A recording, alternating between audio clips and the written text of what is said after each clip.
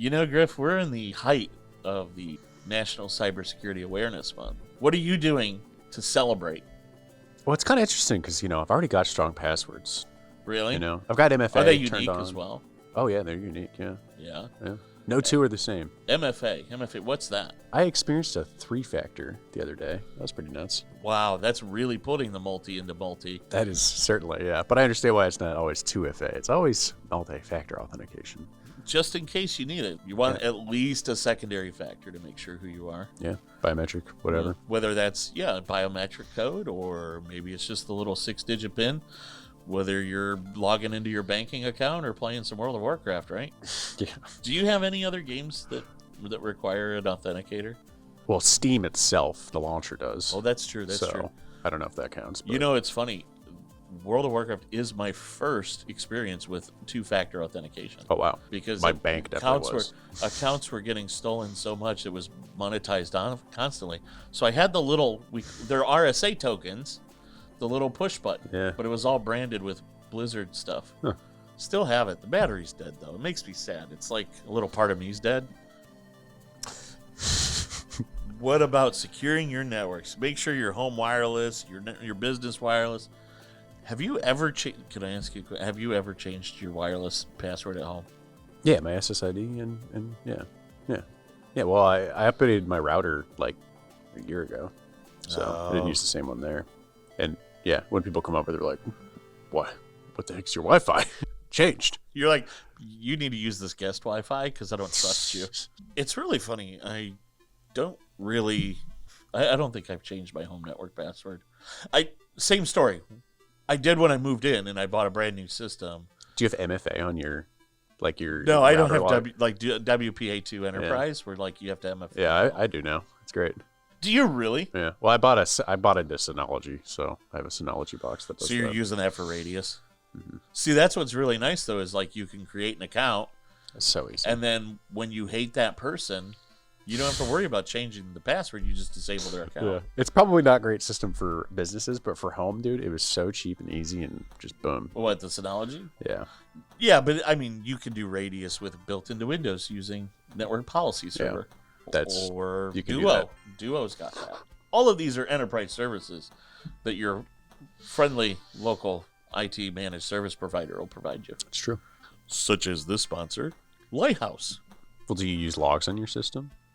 I do. Do you back up your data on an offsite backup? Every hour. And do you encrypt that data? Depends on what the data is. It's definitely encrypted in transit, always. Yeah, it's really just sensitive information at rest. Yeah, Yep. that really matters. That is some fascinating news. Are you doing any of these, listener? What are you doing? I feel like I'm pointing the finger at them. That's not nice. We don't mean to point the finger. Look, the reality is there's always something that you could do better. We're not doing everything 100% perfect all the time. You're not either. Let's just be real. But this is a great time that during spooky season, maybe we focus on some of the other ways to get more treats out of these instead of tricks. And just remember, look, it's a good time to evaluate our habits and go from there. So check us out. Go to lighthousesol.com. You'll be able to see all of our articles on Cybersecurity Awareness Month. Go to the hub, all of those. There's some great materials coming up. I encourage you. Find one thing, do it better. That's really what it's all about. Find one thing, do it better, and let's just keep focusing on that every single month.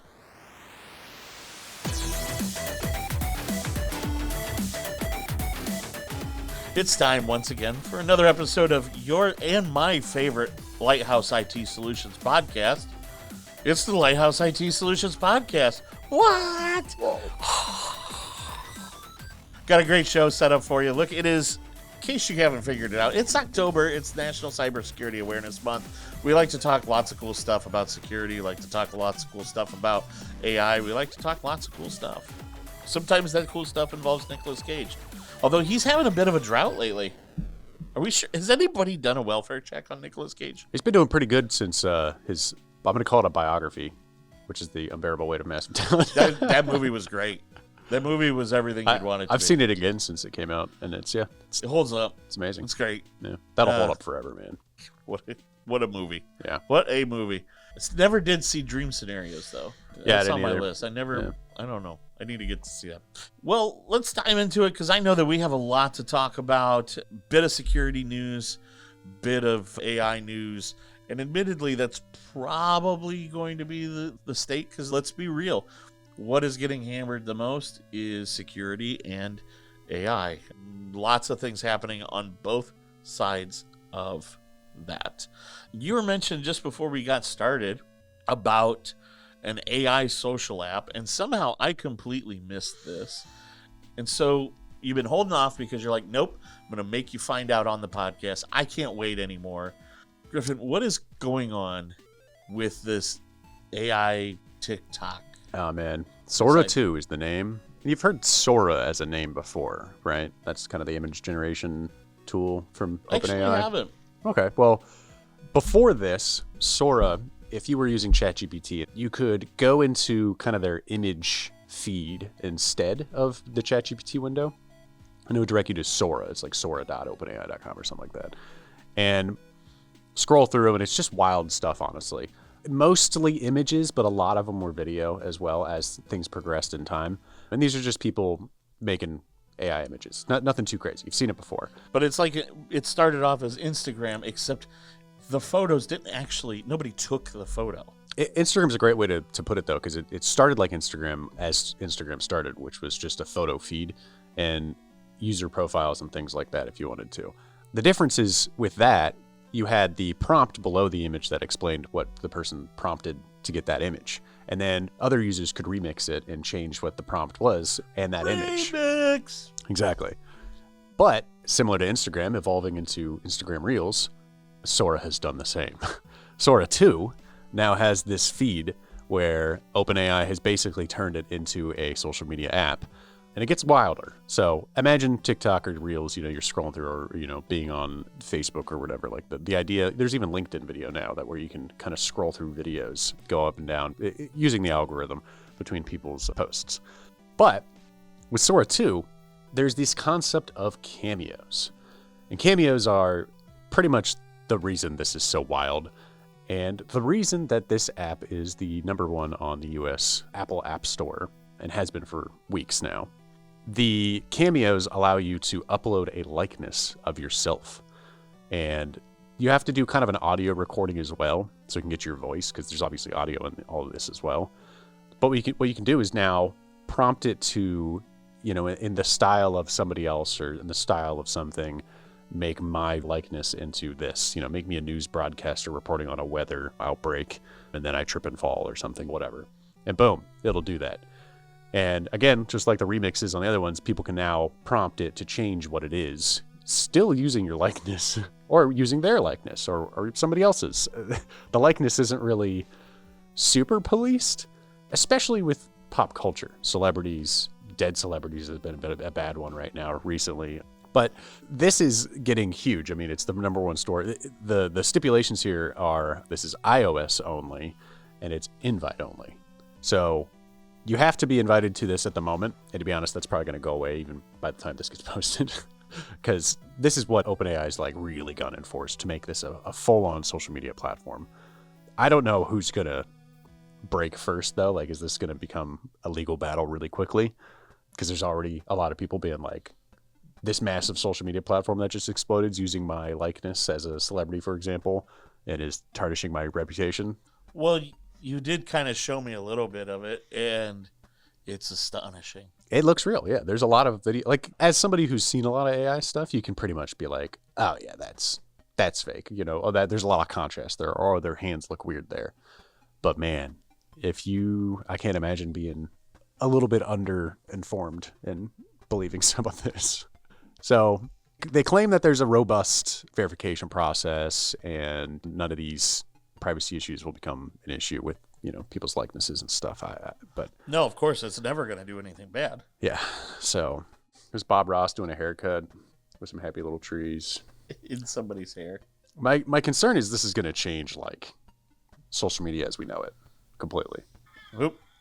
Okay, so sort of like to access your microphone. Sure, why not? Start recording and say the numbers on the screen. Oh, you're doing the likeness thing? Why not? I just started doing things. We're going to go through this. So Griffin, you invited me to Sora. I'm now getting on. It's wanting to scan my face, so let's just see what happens, right? 34, 43, 46. Turn my head left. Move my head down. Uploading. I hope it has your headphones on the whole time. I didn't think about that. So what's going to happen though is that it'll scan everything. It'll confirm your voice and likeness, and then you can prompt it to start creating something. But you're familiar with prompting in general, so you can pretty much get away with doing whatever. People have been doing, like you saw Bob Ross, Tony Hawk's been in there a lot. So what's weird is there's already a bug. Oh yeah. Let's just see what happens. We'll just leave it there. It says I'm all done. It says it uploaded. There's a continue button. I hit continue. It doesn't do anything. And then it goes back to saying continue. If I hit the X button in the corner, probably cancels everything out. Yeah. Yeah. Do you want to cancel your Cameo upload? Yeah. Whatever. Well, it's pretty wild in terms of a feed. There's a content advisory right off the bat. Yeah. If you thought doom scrolling was bad, welcome to this. This is one where it says the guy flicks a light switch, which instead of turning off the lights, changes the scene from live action to cartoon. So he flips the light switch, and next thing you know, he's a cartoon. This is fascinating. I actually enjoy this a little bit more. This will change a lot. But I do completely understand people will abuse this. Yeah, but also if TikTok doesn't implement something like this as a counter move, this could destroy them. At least with Sora, this is 100% AI. You know it, yeah. Hopefully this is AI. It. I mean, as somebody who gets I am letting you know if you're hearing this and you get into Sora, it is AI. 100% AI. Yeah. To your credit, TikTok and Instagram are going to have to respond. Yeah. However, their content is mixed, and this is going to create a credibility already issue. Mixed. Already people using AI, so yep. But if they embrace the AI side of it, that could further affect their credibility. Is this valid? They have a decision to make, really, yeah. And unfortunately, if they sit on the sidelines, they could lose out on traffic. A lot. But if they engage with it, it could also eat. This is almost a lose-lose situation. Because again, there is no expectation for Sora to be legitimate. No. We know that that's AI. It's fun. We know that it's not real. Now take any one of those, download them, and post them to Instagram or TikTok, and you might not know. Yeah. I mean, Martin, you should probably know that Martin Luther King is not advocating for AI strictness. That one should be obvious to you because he's not been with us for quite some time. But there are things where it's just a guy flies into a Nest camera. There's stuff like that you showed me.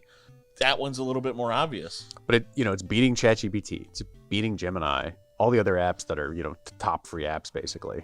Beating McDonald's. Sora's up there. It's wild. That's crazy. I'm excited for this. My bathroom breaks just got longer, so I thank you for that. I do wonder how much content's really there, though, so we'll see. To follow up with that, though, it does seem like most people do have very mixed feelings about AI as kind of a concept, but especially within AI summaries within search results. It's hard to see citations for what they are when they're so easily right there. A lot of people aren't going to click in to confirm whether or not that's an accurate statement or not, but it's so useful when it's just boom right there. But as somebody who's trying to get people to go to your website, for example, and the content is just right there, you don't have to actually click in. It's become very difficult. So you almost want people to not trust the AI summary and actually click in. But Pew Research said that 20% of their survey found AI summaries to be very useful, 52 somewhat useful, 28 not useful at all. So we are totally split on the whole thing. I think what's interesting though is that you have, are they useful, but there's also a measurement on trust. Yep. And that is very low. 6% trust AI summaries, a lot. And 53 have some level of trust. And I think I'm in the 53. I think I've got some level of trust. If you look into it, a lot of times you're like, okay, yeah, that's whatever. My problem exists at the moment where you go to the citation, the citation's maybe a news article. You look at the news article and you're like, well, was this AI? I want to know, let's I'm thinking specifically in my head on Google. Like, I'm going to go through the Google part. Okay. Yeah, everybody's using that. There's only about So- 10% using Bing. Well, I actually do kind of use both, because both. I would actually argue that there are certain elements that the Bing side of things on the AI works a little bit better, but the search results aren't as reliable. So what are you going to do? Yeah. But I'm going to look at it as I'm searching from Google. I want to know sort of what their model trains off of. And obviously, it has to be fast. So I hit Google, I type in my search fields, I hit go, and it's immediately generating something. Yep. So one, it's not a reasoning model. I don't think it's a reasoning model. I could be wrong on this. We might find out soon, depending on what the U.S. courts decides. But my issue is, I think citations tend to be a better, more reliable output. I am for sure in the middle ground on this. Overall, I find them somewhat useful. They give me a very good idea of, if I'm Googling how to do something, they give me a generalized idea. However, I have not had one where the step-by-step generated side has gone well. Yeah. It's always missing some caveat in the summary. And sometimes you can see that. It is cool when you take the AI summary and compare it against, let's say, the AI summary and compare it against one of the snippets. Mm-hmm. Yeah, featured snippets, man. Still, but that is You can tell exact the copy difference. from a website versus, them trying to guess. So I actually find that, again, this does still contort this, because I'm going to say, between AI and between citations, I don't click as much. Yeah. However, because the data is weird, I do find that I still click through a third of the time into a citation. Mm-hmm. But can I make this plea? If you are a large content provider, I understand you need to make money, but part of the reason that I'm not quick to click through is because all of your flippin' advertisements and pop-ups, the internet has gotten to a point where there is so much garbage that loads that when I click on your website, if I hear my fans kick on, Yeah, right. and that's my biggest thing. That's my biggest thing, is that even on some of these commercial sites where they're hawking a product, they're making advertisements for themselves that are so intrusive. It's wild that the Google Core Web Vitals, that has no effect on their SEO. Like, They have to be doing something in JavaScript that determines whether it's a bot.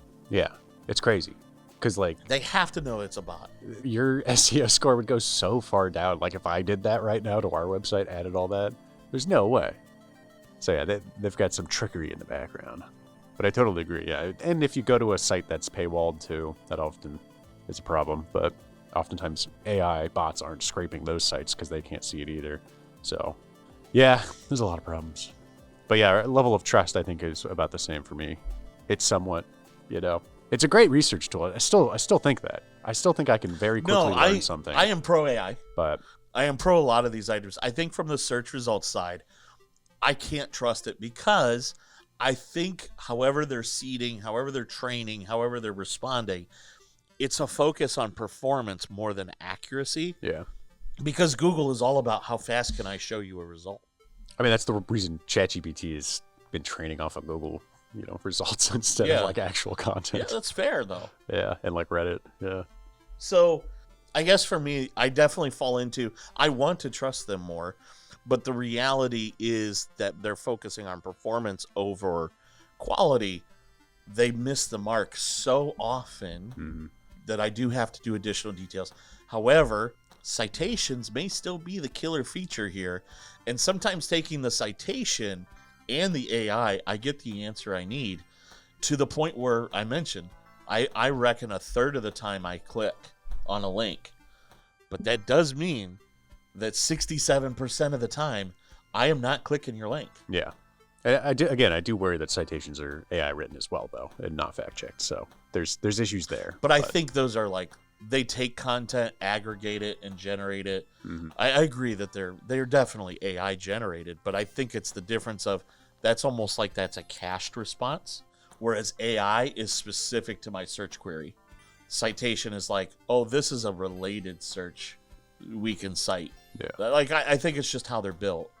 But I do agree that they're both generated. It's just, what if you could make a citation based on known information, and it's cache data. You're not actually doing any AI response. Well, I think in honor of Cybersecurity Awareness Month, we should stop talking about AI. I've got one for you because this one's actually triggering for me, especially in light of other news that's going on. And this is potentially the first high-profile variant of this. And it's only going to get worse, I think. So Absolutely. So enough burying the lead. Discord has recently released that some of your data may have been stolen as part of a breach to one of the third-party systems they use. Specifically, their ticketing system. Yeah, so basically their customer support portal was powered by Zendesk. This is not a surprise. It's a big product, whatever. Oh, yeah. But threat actors were able to gain access and extricate a whole bunch of data from their portal. We're pretty seasoned on this in terms of it. But the reason I say that this is a triggering one is, so there is billing information. Great. Yep. Love that. Love credit card information being leaked. Great. Some basic information about who you are, credit card information, and, your government ID might be on there too. Yeah. Now, why do you say, Matt, does Discord have my government ID? Because in this wonderful think of the children moment, so many different things require age verification, and the only way that they do age verification is if you submit a copy. I mean, you want to create a Facebook? Likely you'll have to give them a picture of your photo ID. Instagram, you technically, I guess, LinkedIn, because of Clear. Yep. Yeah. So. Yeah, LinkedIn, you're right. I do remember. This drives me nuts because here's my thing with this. I understand what you're trying to do. You're trying to validate age the best that you can, and internet is a realm of anonymity. However, your driver's license includes your home address, your photo, your name, typically your legal name, right? It includes your birthday. It includes probably 2 out of the 3 security questions that a bank is going to ask you. Yeah. In addition to, it has your driver's license number, in which somebody could then be used to pull up your driver's record if they wanted to, find out more about where you go, because if you were in an accident, they'd be, I wonder if they work nearby. Also because of all the cameras that exist now from the third party that is... Oh, I'm sure you could aggregate this. Yeah, you could pretty much you could track learn anybody anything anywhere. you wanted from somebody. But all of this is so that you can use a chat system. Yeah. Just to verify that you were a person, so that the system's like, wow, this is real? All right, I'll take this seriously. These things place such a burden on these companies to prove that they're age verified. And now we have to worry about submitting more information that doesn't matter. I know this is a weird segue, especially for a business podcast, but this is becoming a big deal because of, like, the quote war on pornography. That people who want to look at things that are adults, but because we got to make sure that kids don't see it. Never mind the fact that this stuff is pretty well raw on television and streaming services. And AI. There's no age verification on that. You can AI generate some of this. And so you're going to submit your government ID to these entities. And then what happens, not if, when they get hacked, because you know that threat actors know they can sell your identity if they breach them. Because it's a seedy underbelly of the internet, nobody will feel, well, it serves you right because you're on those sites. Listen, I have bad news for you. There is a 30% chance that your pastor's on one of those sites. Yep. As somebody who's been in this field, the IT field, and for over 25 years, over a quarter of a century, listen, I'm going to let you in on a secret. There are no secrets. People are people. I just think this is one of those gross oversteps. And what really drives me nuts is Ohio is on one of these lists that if you are considered an adult-oriented site, and it's weirdly vague as to whether or not it's applicable to you in certain circumstances. But yeah, that's super broad. The obvious one is obviously obscenity laws. I actually kind of love Pornhub's response to a lot of these. Like, they just stop operating in those states. Oh, yeah. And I think that's such a great response. Don't take these people's IDs. Like, just... They're protecting themselves. Yeah, because if they get hacked, they get a huge issue of people. They think it doesn't do anything to solve the problem. And all it does is cause them to create and collect data on all of their users that removes anonymity. And what if they're breached? Well, if they're breached, that data is now public. Yeah. I love the response of, we just won't do business in your state. And you think we win. But guess what? Nope. You didn't win, because you're still going to lose. You're still going to get your stuff hacked if you still really want this badly. It's crazy. I mean, let's look at Reddit, for example. I mean, that is an adult site. Which does offer some users for NSFW content. So is the NSFW content? Obviously, there is some subreddits 100% constitute this. But in the laws, is that site wide? What if you want? So. What if you're there for cancer support, which is one of the subreddits? Yeah. So if you're there for, but now I have to give my government ID. So there's millions of users daily, and now you have to give millions of government IDs. Yeah, ridiculous. That they now have to process, store somewhere, and so that if, say the state of Ohio or Arizona or what's the other big one? I think Alabama. I just read it was 24 states have this in place. Mm-hmm. So. Yeah. Just it's mind-boggling what this accomplishes. It's one of those things, versus though, security risk. When it's lawmakers who don't quite understand the concept. When you have 100-year-old lawmakers going, what we need to deal with is pornography. No, it's like, we need to deal with a lot of other issues. Do there's still like hunger issues in America? Like it's wild. There's a substantial number of people that don't have health insurance. Crazy. That mental illness runs rampant through our country, through the world. Yeah.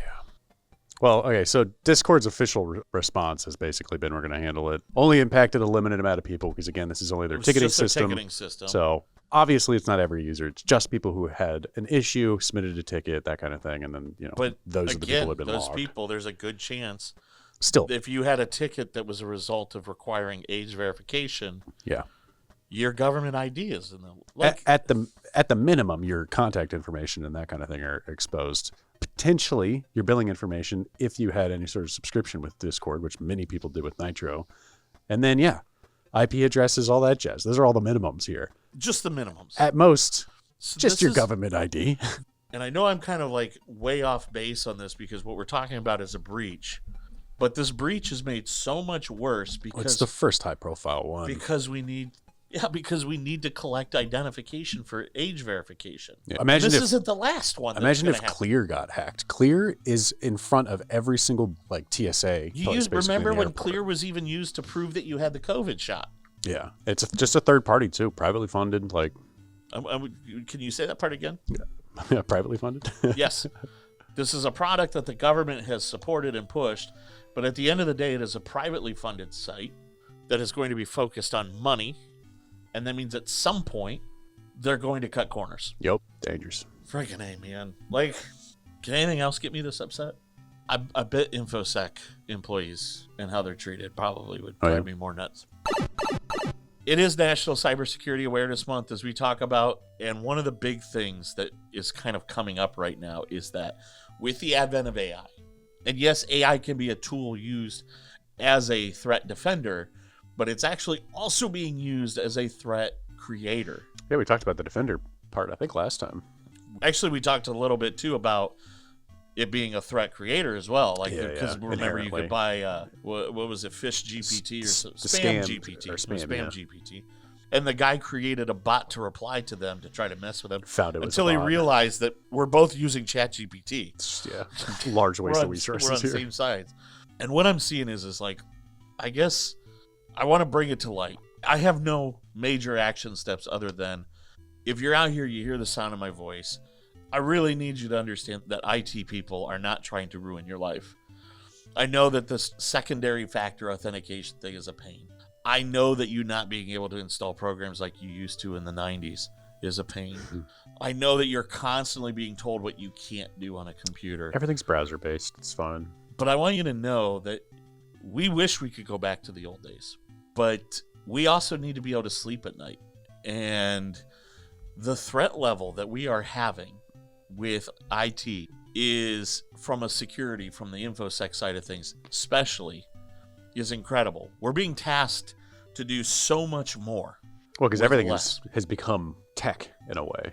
And AI promises to fix all of our labor problems. But the reality is sometimes you just need a brain.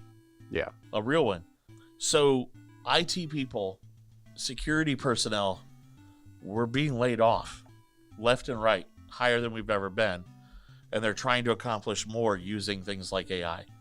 On the flip side, while AI is a great defensive tool, the threat actors are using AI as well to come up with new novel ways of doing things. And that level of computing power just puts it as like two robots fighting, right? Like somebody needs to be the definitive piece. The other thing is tools are expensive. There's so many different tools that do different things.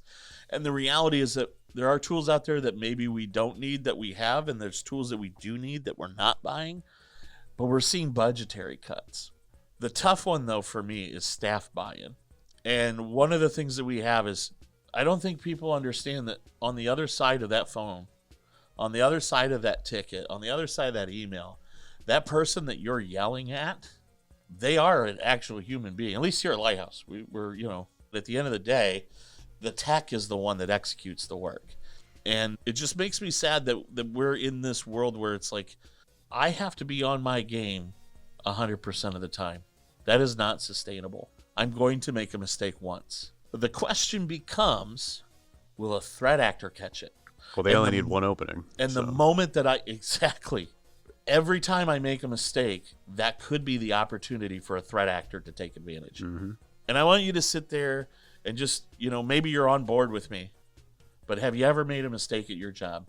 And we know that the answer is yes. Let's be real.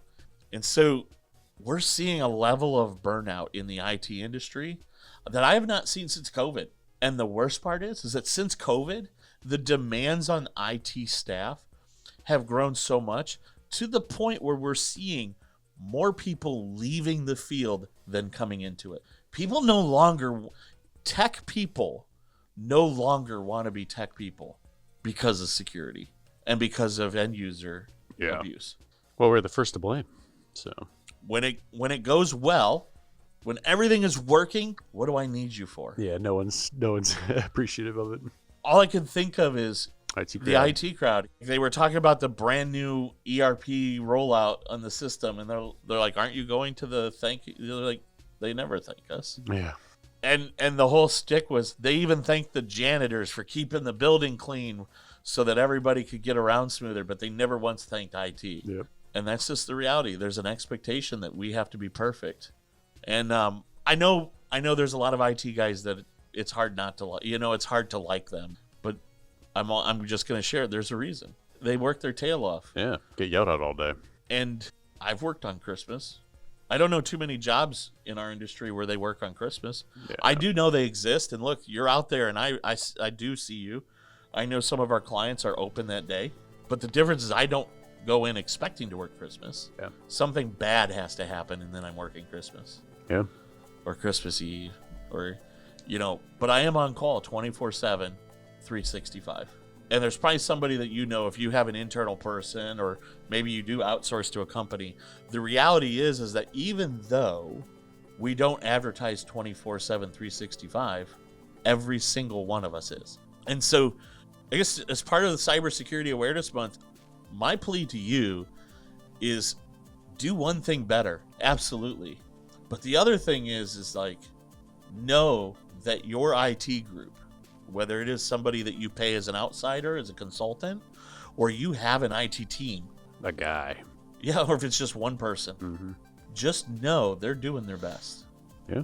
And this is a crazy, crazy world. And it's because of stories like this next one. Is Palo Alto about to have a big one? Oh, God. So we didn't really cover it, but a couple weeks ago, or about a month ago, Cisco ASAs, we started to see a ton. Actually, I think we may have referenced it because I think we didn't know what exactly was going on yet. Yeah. We saw a ton of traffic on the ASAs targeting, which, by the way, led to a 0-day vulnerability that is massive. So if you're running a Cisco ASA, we really need to get this updated. But a massive spike detected scans that appear to be targeting Palo Alto network devices.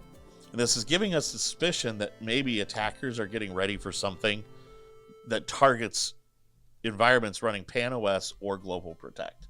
So earlier this month, cybersecurity research firm called Gray Noise detected 1,285 unique IP addresses all across the globe. A lot of them in the United States and UK.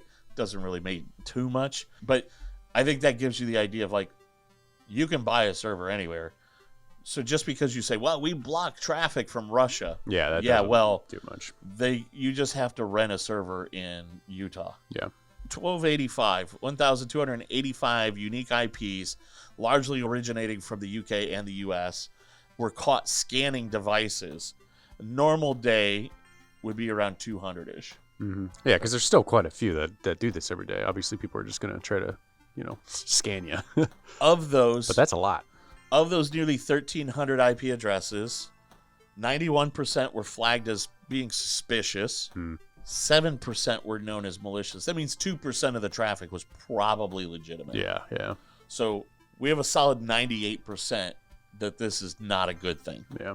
The other thing is nearly all of this activity that was detected by Gray Noise was specific to, so some of these companies, they emulate responding as if they were a specific brand of firewall so that they can kind of honeypot you into trying to hack them. Mm-hmm. So they can get an idea of, what are you trying to do? This allows them to try to catch 0 days. Because if they say, oh, you're trying to do some buffer overflow by making this packet go here, they can go, hoo. Just so you know, people are trying to do this, and they can go straight to the vendor, and they can get a bug bounty, but we can get it fixed. So I say all that. Nearly all of this traffic was targeting Palo. So this is probably not a fluke. This doesn't confirm anything. We don't know. We don't know what they know. We don't know what's going to happen. Strongly points to something bad. But it does seem that there is a 0 day on the horizon for the Palo Alto, which it's not a name that you hear too often because it is one of the leaders in the space. Yeah. It is one of the best units you can buy. So we are really looking at like, this is a big one. Now, Palo seems pretty confident. Look, we know that there is nothing that we are aware of that we're working on. There's no known vulnerabilities that have been reported. We feel pretty confident.